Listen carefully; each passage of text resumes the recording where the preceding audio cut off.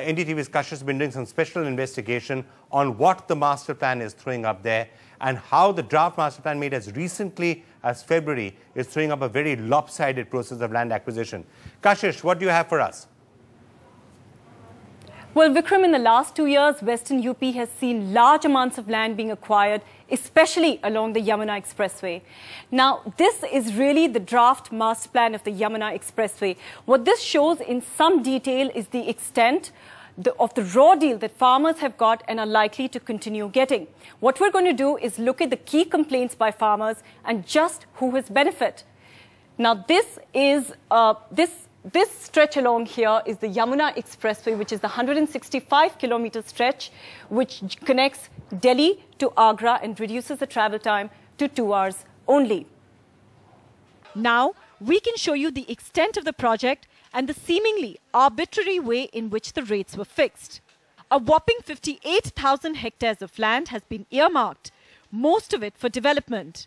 The government has already acquired around 12% of the land so far for 5,720 crores.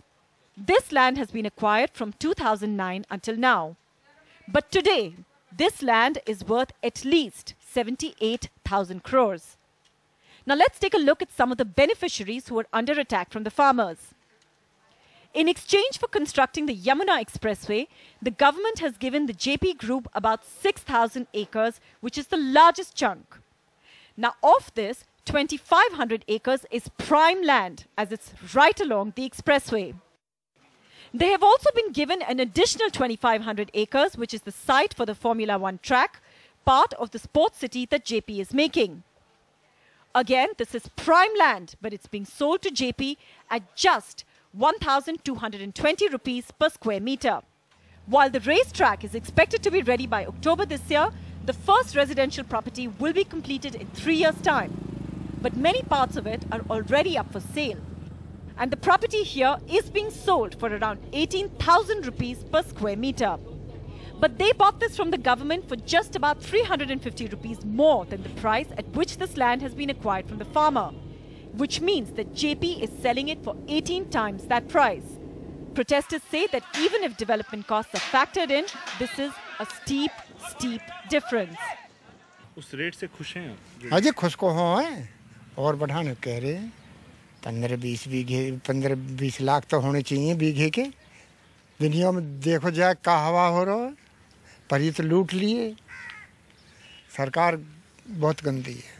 22 बीघा हमारी sports city में गई है और ज़मीन हमारी इधर उसमें गई है टावरों में। ज़मीन 674 में उन्हें खरीदी गई, जबरन बैनामा कराया, धनकौर ही हम पे फाइल चेक वेक सब कुछ यहीं ला के दिए और बहुत कम मुआवजा दिया गया है। नहीं कहीं रास्ते हैं, नहीं कहीं कुछ है, नहीं परसेंट अभी तक उन्हें दिए हैं, कोई उम्मीद है देने की।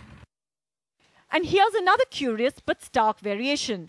Just across the road, east from the JP project, Wave Infratech paid almost 4,500 per square meter, while here, JP paid 1,220 rupees per square meter. Here too, the developer has advertised property at the rate of about 18,500 rupees per square meter, which is 4 times the property at which they have acquired the land. Again, the current market value of these plots of land is at least 4 times the price at which they were bought from the farmers. The price that developers would have paid if they had bought the land directly from the farmers.